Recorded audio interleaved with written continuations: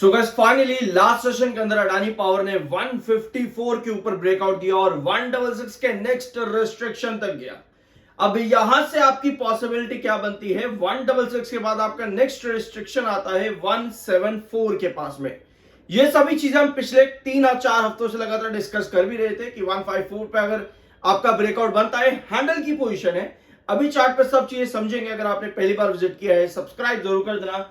We are NISM 7 certified. आने वाला week बहुत इंपॉर्टेंट रहेगा अडानी पावर के लिए, क्योंकि पिछले हफ्ते यानी कि इस हफ्ते के सेशंस में कुछ इंपॉर्टेंट अपडेट्स देखने को मिली है, स्पेशली यूएस कोर्ट की तरफ से। और लास्ट अडानी पावर में अगर हम देखें तो भूटान का प्रोजेक्ट भी सैंक्शन हुआ है यहां पर, जो कि एक और पॉजिटिव न्यूज है। तो सारी खबरें आपने सुन ही ली होंगी। एक खबर और आती है मार्केट एक्सपर्ट्स की तरफ से। मार्केट एक्सपर्ट्स का क्या मानना है सुजलॉन एनर्जी लिमिटेड को लेकर के। According to Samco Securities, Adani Power जो है अभी भी वेल पोजीशन्ड है ऑन चार्ट पैटर्न।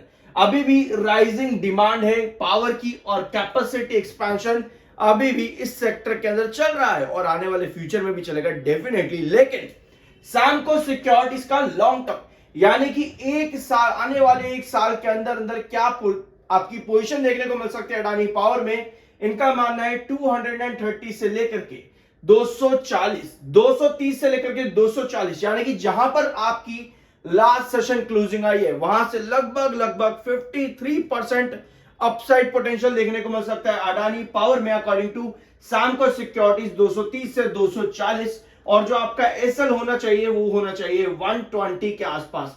अब आप कहोगे यार एक साल में 230 240, मतलब एक साल में सिर्फ 50% का ही प्रॉफिट लूंगा क्या, बस इतना सही? देखो एक चीज, मार्केट अनस्टेबल रहता है, मार्केट वॉलेटाइल होता है। अपसाइड दिखेगा तो बहुत बड़ा दिख जाएगा, डाउनसाइड दिखेगा तो उससे भी बड़ा दिख जाएगा। आपको हर पोजीशन को इवैल्यूएट करना आना चाहिए। एक साल का टारगेट है यहां पर 230 से 240। एक साल में मार्केट में दुनिया देश भर में कितना कुछ नहीं बदल जाता, तो उन सभी चीजों को इवैल्यूएट करके जब आप चलते हो तब आपके पास शायद 230 या 240 हो सके, तो इससे भी बड़े टारगेट पॉसिबल बन सकते हैं। बट आपको इवैल्यूएशन टाइम टू टाइम करते रहना जरूरी है। तो मार्केट एक्सपर्ट्स यहां पर बुलिश दिख रहे हैं। इंस्टॉल्ड कैपेसिटी जो कंपनी की रिसेंटली आई है वो है 18,150 मेगावाट की, जो कि है स्ट्रेटेजिक लोकेटेड प्लांट्स के ऊपर थर्मल पावर प्रोड्यूसर है प्राइवेट सेक्टर में। ठीक है, तो पॉजिटिव है यहां पर मार्केट एक्सपर्ट्स।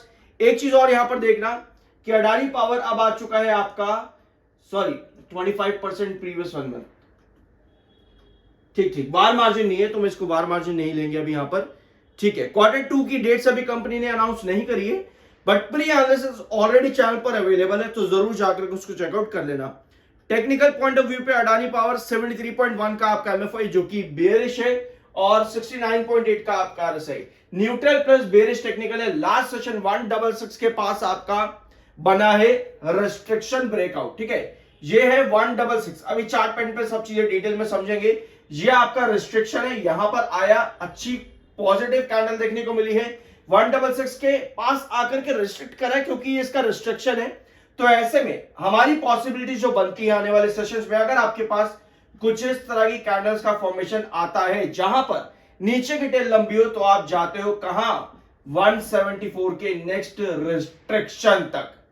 अब देखते हैं आगे चार्ट पर क्या डिटेल्स यहां पर है। बाय सेल की कोई रिकमेंडेशन नहीं, वो आपका अपने ओपिनियन होना चाहिए। We are NISM 7 certified, subscribe जरूर कर देना। कि FYs का डाटा जो आया था अभी सेलिंग का और DIs का, ठीक है, जरूर चेकआउट करना। मैंने इस पर भी एक बहुत इंपॉर्टेंट वीडियो कल और परसों भी डिस्कस किया था कि किस तरह से FYs की सेलिंग और DIs की एंट्री एग्जिट जो भी हुआ है यहां पर, वो कौन से लेवल पर हुआ होगा और आपको किस तरह से ये एंटीसिपेट करना आना चाहिए। जरूर चेकआउट करना, आपको अच्छा लगेगा देख करके। ठीक है, ये आपका पूरा कंसोलिडेशन यहां पर बना है और ये है आज के दिन की कैंडल। 166 के पास जाते ही एक पूरा आपका क्या बना है, कंसोलिडेशन। ठीक है, जैसे ही ये कंसोलिडेशन बना है वापस से आपने डिप लिया है 163.90 के आसपास, इस समय आप काम कर रहे हो। तो कल के वीडियो में हमने डिस्कस किया था कि 166 आपका नेक्स्ट रेस्ट्रिक्शन रहेगा 154 का ब्रेकआउट के बाद में। अब देखो कप एंड हैंडल के अंदर कभी भी आपकी हमेशा इस तरह से फॉर्मेशन बनती है, ये फॉर्मेशन आपकी बनती है यूजुअली। ठीक है, यानी कि पुराने रिस्ट्रिक्शन को ब्रेकआउट करता है। जैसे कि 180 का भी रिस्ट्रिक्शन है आपका, जो कि आपका कब का रिस्ट्रिक्शन था, वो 180 था। 154 पर हैंगिंग बेस बनाने के बाद और 144 पर आपका हैंडल क्रिएट करने के बाद फाइनली ये ब्रेकआउट अब मिला है, लेकिन अभी ये ब्रेकआउट 166 पर आकर के रिस्ट्रिक्ट हुआ है।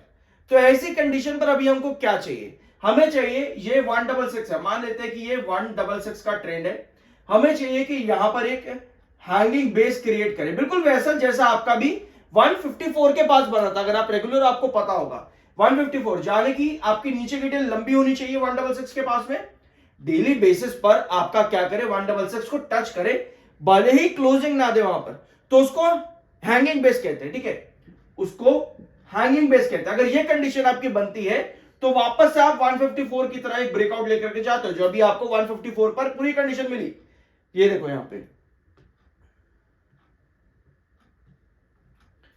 यहां आपको दिख जाएगा इधर ये वाला कंडीशन, सॉरी ये नहीं,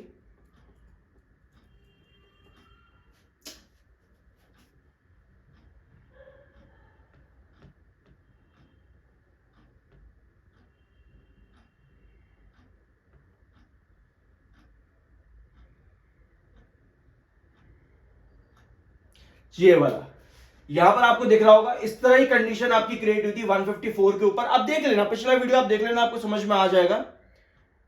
ठीक है, अदरवाइज यहां स्क्रीन पर आप देख ही सकते हो, इस तरह की कंडीशन जब भी आपकी बने 166 के ऊपर अगर हैंगिंग बेस क्रिएट करता है, 166 को टच कर रहा है डेली बेस पर, तब आपका फर्दर ब्रेकआउट पॉसिबल है। लेकिन अगर आपका 166 के नीचे इस तरह की कैंडल का फॉर्मेशन आ जाए, जहां पर ऊपर की टेल लंबी हो, जो कि सेल को इंडिकेट करे, और अगली सेशन की कैंडल फिर आपकी इस तरह की बने, और नेक्स्ट सेशन की कैंडल आपकी फिर कुछ इस तरह से क्रिएट हो, तो उस कंडीशन पर 166 आपका सस्टेन नहीं करेगा, वापस से 154 की तरफ गिर जाओगे। तो एक एक कैंडल की पोजीशन आप लोगों को मालूम होनी चाहिए कि नेक्स्ट कैंडल का फॉर्मेशन क्या आ रहा है, उसके बाद आपकी क्या पॉसिबिलिटी बन रही है, तब जाकर के आपके डिसीजन आते हैं। मार्केट में कोई भी डिसीजन लो, हमेशा कंक्लूसिव डिसीजन लिया करो। इधर उधर से पूछने भागोगे कि भैया अब क्या करूं, भैया अब क्या करूं, उसका कोई फायदा नहीं। बेटर यह है कि सीखो और अपने डिसीजन खुद से लेना सीखो। We are NISM 7 certified, subscribe जरूर कर देना। बाय सर, ये कोई रिकमेंडेशन नहीं है। मिलता अगले वीडियो में। Law suit against Adani aliasing fraud paused एमिड government shutdown. US government shutdown के चलते जो आपका फ्रॉड केस था अडानी ग्रुप के ऊपर, उसको पॉज कर दिया गया है। ये एक पॉजिटिव न्यूज आई है अडानी ग्रुप में। ठीक है, अब भैया पॉज कर दिया गया है। ये कौन सा केस है? ये केस वही है जो ब्राइबरी केस लगातार यहां पर चल रहा था, $250 मिलियन का, उसको यहां पर पॉज कर दिया गया है। Adani was indicted in November by Brooklyn prosecutors 2024 में 250 मिलियन डॉलर ब्राइबरी केस के ऊपर। तो US securities exchange commission SEC accusing Adani group chairman Gautam Adani of violating securities law has been temporarily paused due to the US federal government shutdown. तो US के जज ने temporary block कर दिया है ट्रंप के एडमिनिस्ट्रेशन को।